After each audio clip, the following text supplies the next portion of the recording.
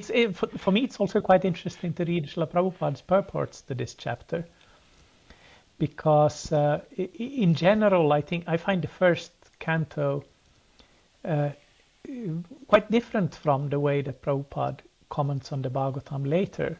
He has many more things to say about social life in the first canto than he does later. And this chapter is a good example of that. He will comment on his vision of a just society, his vision for good leaders, even good military leaders. So he clearly is inspired by the teachings that Bhishma gives to the Pandavas, and that he will have read about elsewhere.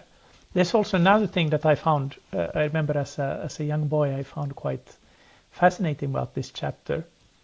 And the beginning of the chapter is how the Bhagavatam mentions all these sages who were present. That there's a whole list of different sages.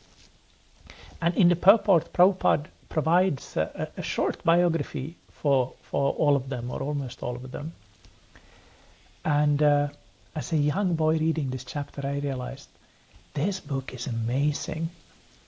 I don't know if I mentioned it to you before, but in that age and still today, I loved the writings of Tolkien, Lord of the Rings, and the way that he kind of creates a whole world full of characters and places, and if there's a name, you know that there's some story behind the name.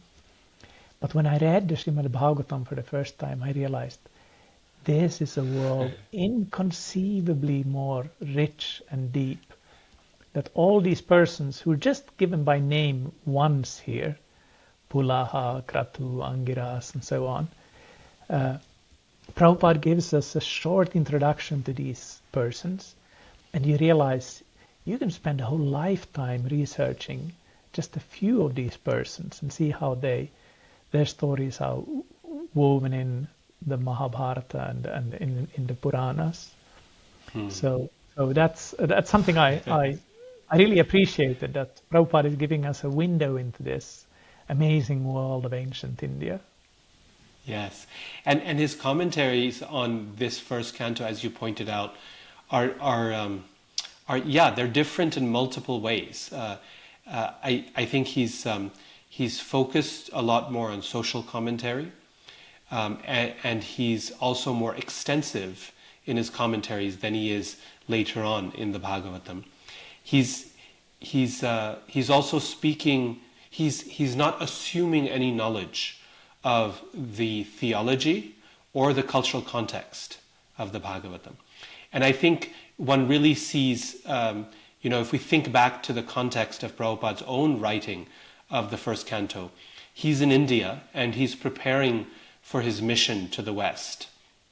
And as a result, he's really writing in a way that is conscious of the social environment in the world at the time, the political environment in the world at the time. He's also, as we see in the preface to the Bhagavatam, where he directly references the rise of communism, for example, and the desire for unity in the world and a sense of spirit of equality that's present. He also directly references the advancements of science and of implicitly of the increased global cooperation between nations in the world.